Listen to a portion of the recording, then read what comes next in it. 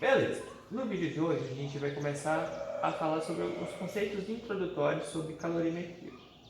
Bem, eu gosto de começar essa matéria diferenciando o significado o conceito de calor com temperatura, porque é muito comum a gente confundir esses dois. Bem, calor, vocês vão ver que é um tipo de energia.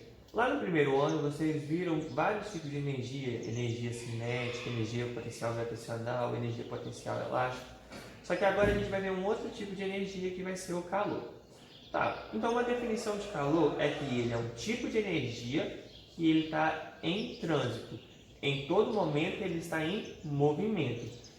Um corpo, ele não consegue conter calor só para si. A todo momento o calor ele está em trânsito. O corpo, ou seja, em todo momento o corpo ou ele está recebendo ou ele está perdendo calor.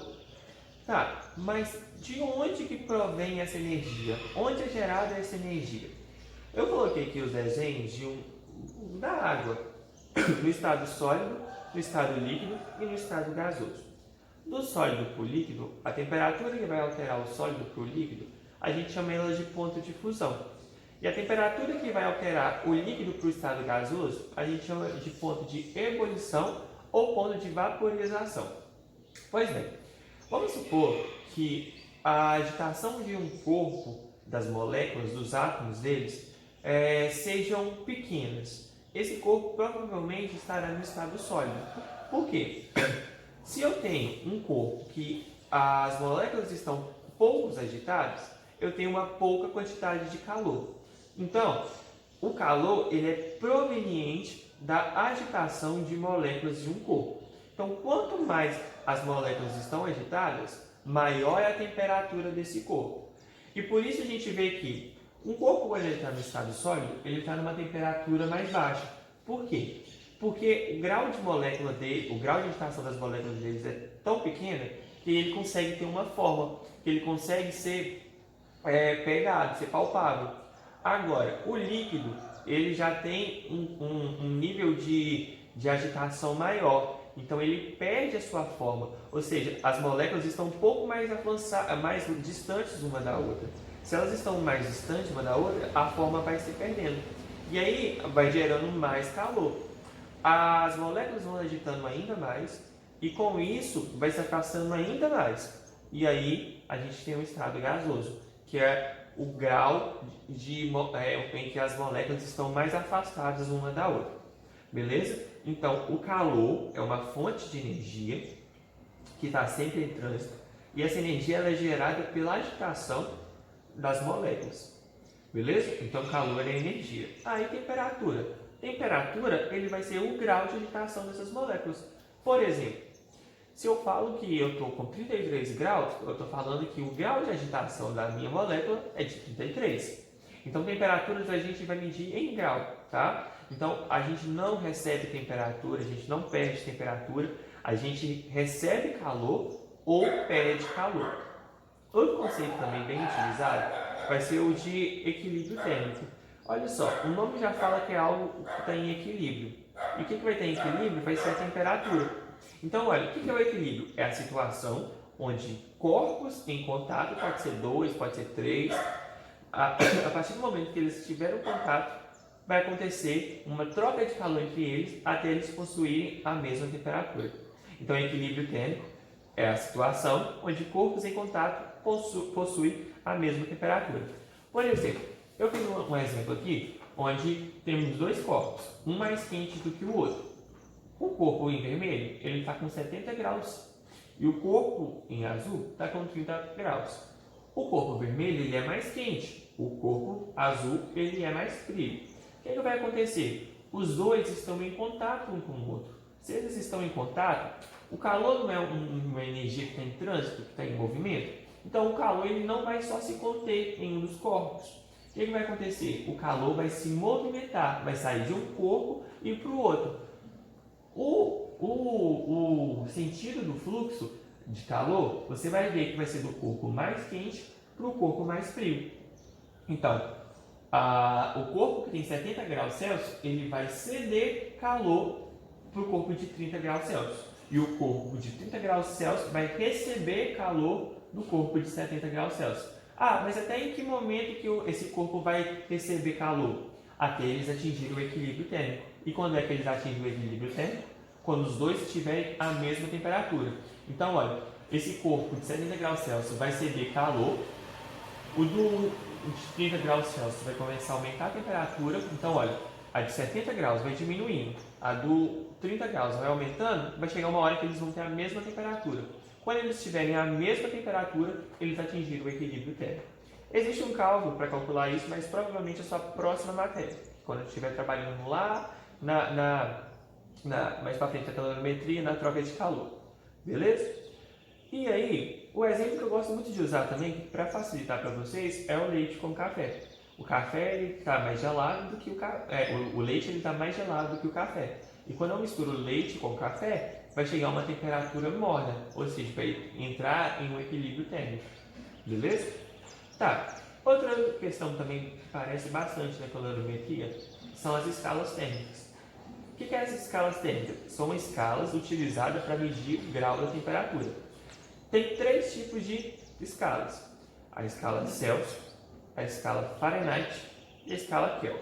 A Celsius é a que a gente utiliza, a Fahrenheit é bastante utilizada nos Estados Unidos e a Kelvin é bastante utilizada nos estudos em laboratório. Tá? Sobre essa Kelvin é importante falar que ela é considerada a escala absoluta, chamada de escala absoluta. Por quê? Porque a gente fala que existe um valor de temperatura em Kelvin que é chamado de zero absoluto.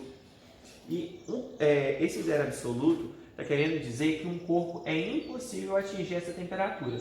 Então, o zero absoluto do Kelvin corresponde a menos 273 graus Celsius. Por exemplo, se aqui é zero, o C está aqui, mais 273. Os 273 está positivo, passa para o outro lado negativo. Então, nenhum corpo consegue atingir menos 273 graus Celsius. Tá, eu fiz aqui, mas nem falei o motivo. Qual que é o objetivo dessas escalas térmicas, dessas fórmulas? É transformar uma medida em outra. Por exemplo, se eu tenho uma temperatura em graus Celsius e quero transformar em Fahrenheit, eu vou usar essa fórmula. Celsius sobre 5 é igual a Fahrenheit menos 32 sobre 9. Por exemplo, vamos supor que eu quero transformar 50 graus Celsius em Fahrenheit. Como que fica? 50 graus Celsius em Fahrenheit. Eu tenho que o Celsius vale 50 e o Fahrenheit eu quero achar. Então, o que vai ficar? No lugar do C, eu vou colocar 50 e eu quero achar o F. Então, 50 sobre 5 é igual a F menos 32 sobre 9. Beleza? Eu posso multiplicar cruzado ou eu posso resolver primeiramente essa divisão. 50 dividido por 5 vai dar 10. É igual a F menos 32 sobre 9. 9 vezes, está dividindo, vai para o outro lado multiplicando. 9 vezes 10, 90 é igual a F menos 32. O 32 está negativo, vai para o outro lado positivo. F é 90 mais 32. F vai ser igual a 122. Beleza? Então, é só transformar, jogar na fórmula. O dado que você tem, o outro você acha.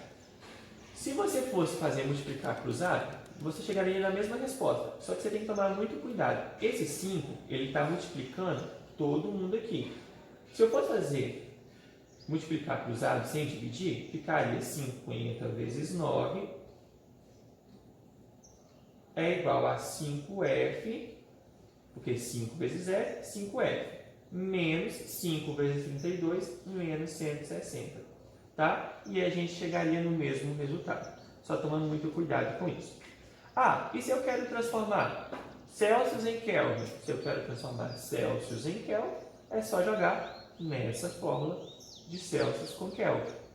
Olha, Kelvin é igual a Celsius mais 273. Então, se eu tenho que Celsius é 50 graus e eu quero transformar em Kelvin, eu falo que 50 mais 273 é igual a Kelvin. Aqui vai dar, com 30, 233, Kelvin vai dar 323. 323 kelvins. É só jogar na fórmula. Beleza? Só toma muito cuidado com o seguinte. Às vezes o comando ele vai te dar valores para você transformar, só que às vezes ele vai falar de variação. E como que vai funcionar essa variação? Em vez de eu usar essas fórmulas, eu vou usar essas aqui. A variação de Celsius, o que é variação? É final menos inicial. Por exemplo, se eu tenho uma temperatura que estava em 30 graus e passou a ser 50, a variação é de 20. Então, vamos supor que eu tenho uma variação de Celsius e quero transformar em variação de Fahrenheit, eu uso essa fórmula. E se eu quero transformar a variação de Celsius em Kelvin? Eu vou usar essa. É a mesma coisa, só tem um porém. Na Fahrenheit eu não tenho menos 32. E se você usar a variação aqui, vai estar errado. Beleza? Por isso, com isso a gente termina a primeira parte dos conceitos introdutórios da calorimetria.